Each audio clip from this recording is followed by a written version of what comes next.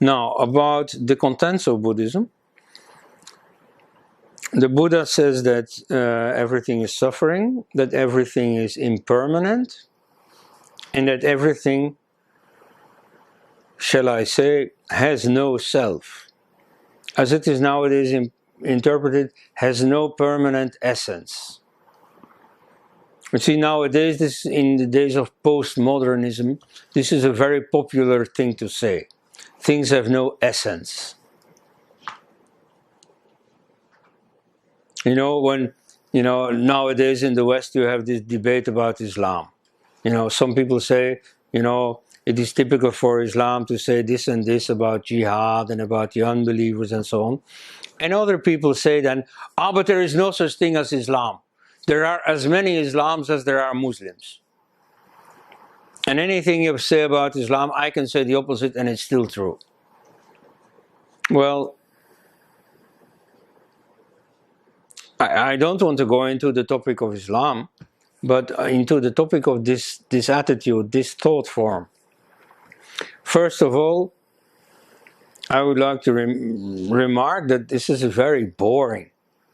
You can't say anything about anything if things have no essence.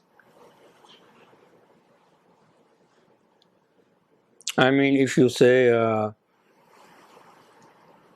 swans are white, and somebody else says, yeah, but, I mean, there's nothing you can say, Here, this computer is black, No, there are also non-black computers. Yeah, that's true, but still this computer is black.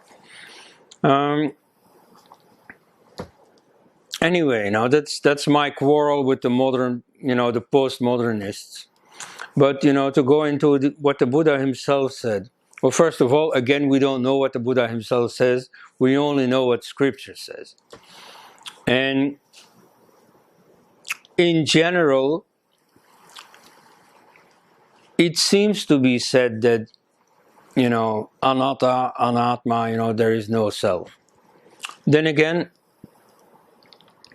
in specific quotations by the Buddha, what he's saying is that this is not the self, which is something else. He doesn't say there is no self. He says, for example, your personality, your character traits, that is not yourself.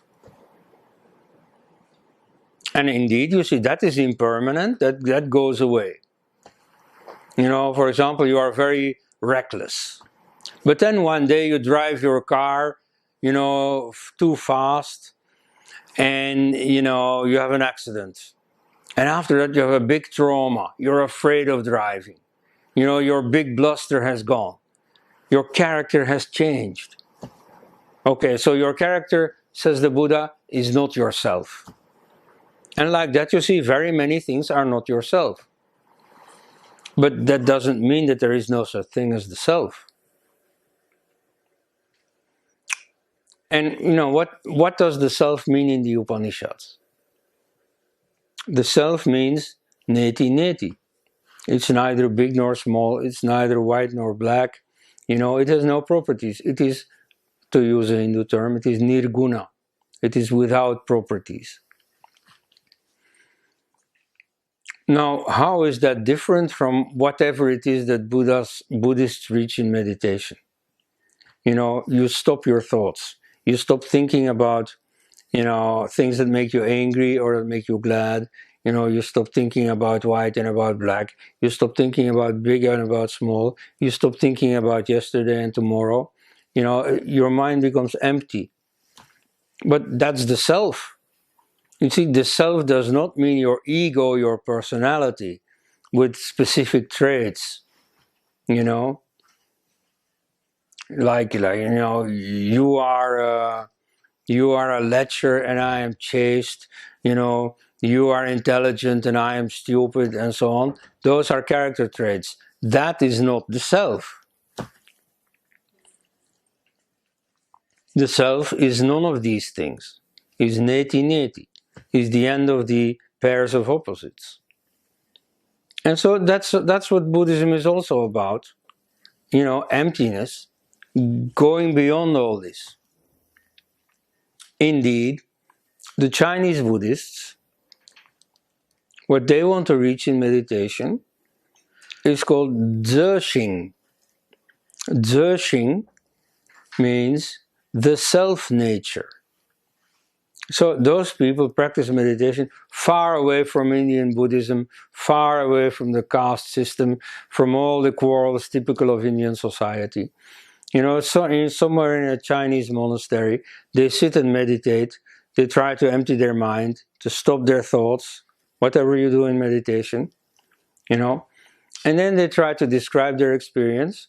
And the word they come up with is Zexing, the self-nature. You see? So what Buddhists are pursuing is the same thing as what Yajnavalkya and so on were pursuing. The self. Or maybe you want to call it the non-self, okay. You know, whatever you call it, it's still the same thing. And so in that sense, you see, the Upanishadic thinkers and the Buddha were all about the same thing.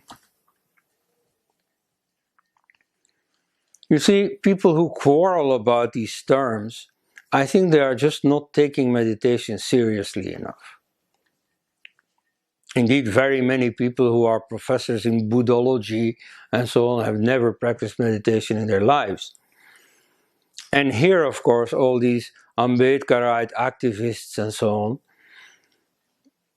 you know, they have no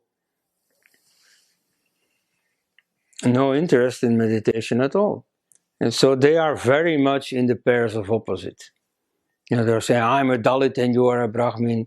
You see, I am oppressed and you are an oppressor. And so that's not very Buddhist at all. When Dr. Ambedkar wrote his book about the Buddha and his Dhamma, there was a review by a Sri Lankan Buddhist that says, yes, you see, Ambedkar was undoubtedly a great man, but this is not a great book. This is not at all Buddhism. And, you know, he may have suffered pain, you know, because of his caste and so on. This is all understandable.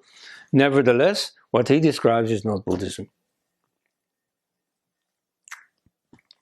So I think it's important to understand that. You see, the quarrel between Buddhism and Hinduism nowadays is very artificial. And it's time to deepen your understanding, to see what the Buddha was really about, what the Upanishads were really about, and then most of this quarrel will just evaporate.